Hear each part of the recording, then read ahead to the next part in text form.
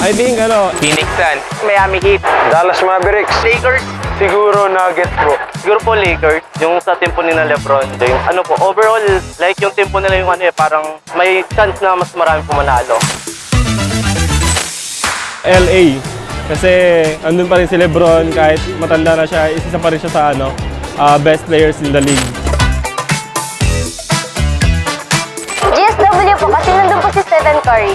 Golden State! Sa tingin ko yung LA Lakers. LA Lakers! Lakers po kasi nandun po si Anthony Davis.